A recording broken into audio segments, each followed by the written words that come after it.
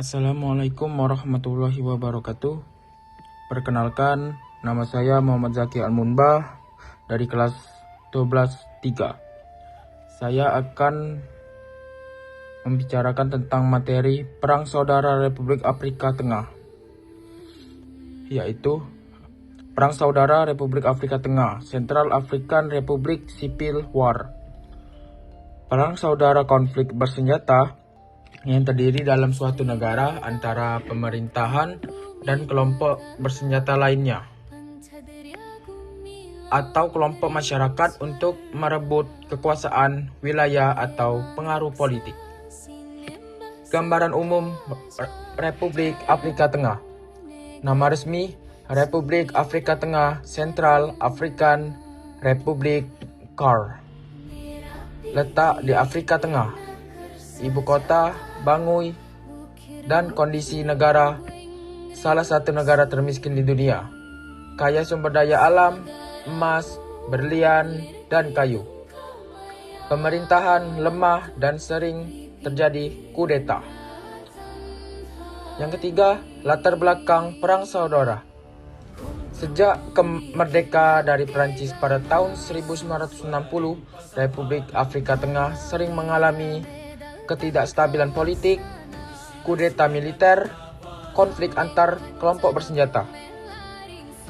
Puncak konflik jadi pada tahun 2013 ketika pemerintahan yang sah digulingkan oleh sekelompok pemberontakan. Yang keempat, penyebab perang saudara.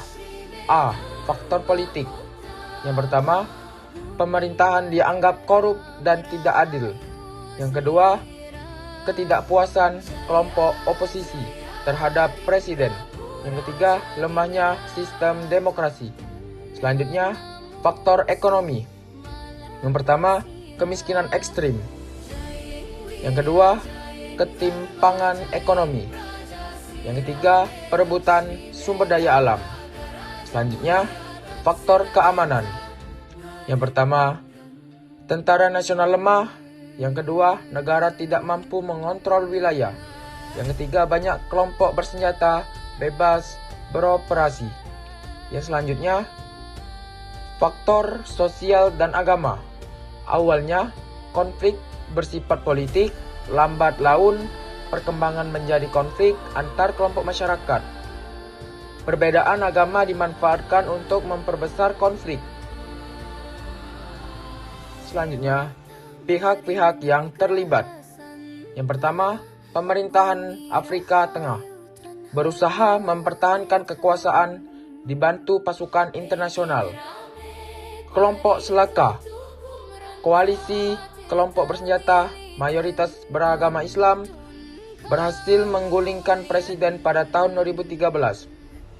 Kelompok anti Balaka, misi lokal mayoritas Kristen dan animisme, awalnya untuk melawan Seleka.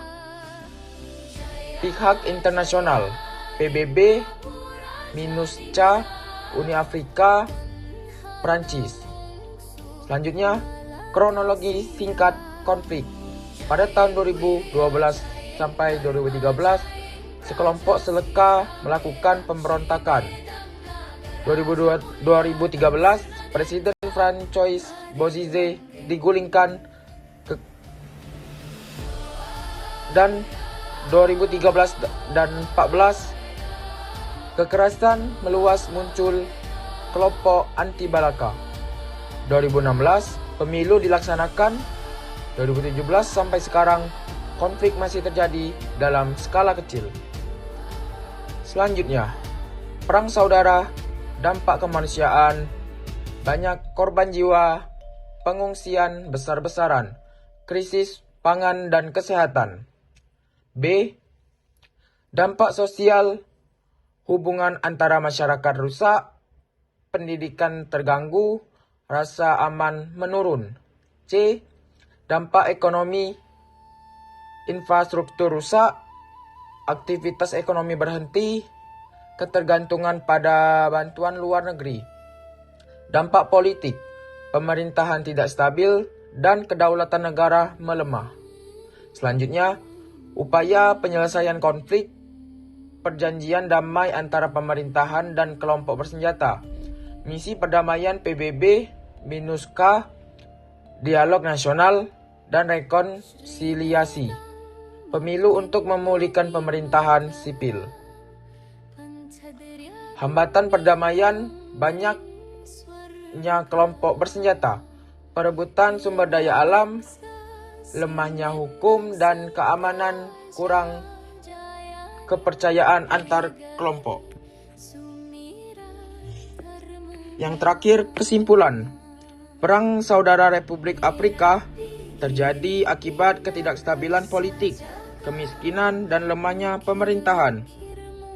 Konflik ini menimbulkan dampak besar bagi dan negara. Hingga kini, upaya perdamaian masih terus dilakukan untuk mencapaikan stabilitas nasional.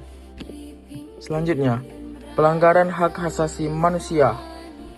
Selama Perang Saudara, banyak terjadi pelanggaran hak asasi manusia, antara lain pembunuhan warga sipil, perekrutan tentara anak, pemerkosaan dan kekerasan seksual, pembakaran desa dan rumah ibadah, baik sekelompok Selaka maupun anti Balaka, sama-sama dituduh melakukan kekerasan terhadap warga sipil. Dan selanjutnya, krisis pengungsi. Akibat konflik berkepanjangan, ratusan ribu warga mengungsi ke negara tetangga seperti Kamerun, Chad, dan Republik Demokratik Kongo. Banyak pengungsi hidup di kamp dengan kondisi kekurangan makan, akses kesehatan terbatas, pendidikan berhenti. Krisis ini menjadi salah satu krisis kemanusiaan terburuk di Afrika. Dampak terhadap anak dan perempuan. Yang pertama, anak dipaksa menjadi tentara, tidak bisa bersekolah, mengalami trauma psikologis. Selanjutnya, perempuan menjadi korban kekerasan seksual, kehilangan peran ekonomi keluarga, menanggung beban pengungsian. Kelompok rentan ini paling merasakan dampak perang. Kegagalan negara Failed State. Republik Afrika Tengah sering disebut sebagai negara gagal karena pemerintahan tidak mampu mengontrol seluruh wilayah. Hukum tidak berjalan, keamanan bergantung pada pasukan asing, pelayanan publik sangat minim. Kondisi ini membuat konflik sulit benar-benar berakhir. Peran organisasi kemanusiaan. Selain PBB, banyak organisasi internasional terlibat seperti Palang Merah Internasional, UNICEF, WHO, LSM Internasional. Peran mereka meliputi bantuan makanan, layanan kesehatan, perlindungan anak, pendidikan darurat. Selanjutnya, tantangan rekonsiliasi nasional. Upaya perdamaian menghadapi banyak hambatan. Dendam antar kelompok, kurangnya kepercayaan pada pemerintahan. Banyak milisi menolak menyerahkan senjata. Keadilan bagi korban belum terpenuhi. Tanpa rekonsiliasi yang adil, konflik berpotensi muncul kembali. Selanjutnya, pelajaran yang dia ambil. Beberapa pelajaran penting dari politik ini. Pemerintahan yang melemah, memicu dan berkepanjangan ketidakadilan ekonomi dapat memperbesar kekerasan. Konflik bisa berubah menjadi konflik sosial. Perdamaian membutuhkan waktu, keadilan, dan kepercayaan. Sekian.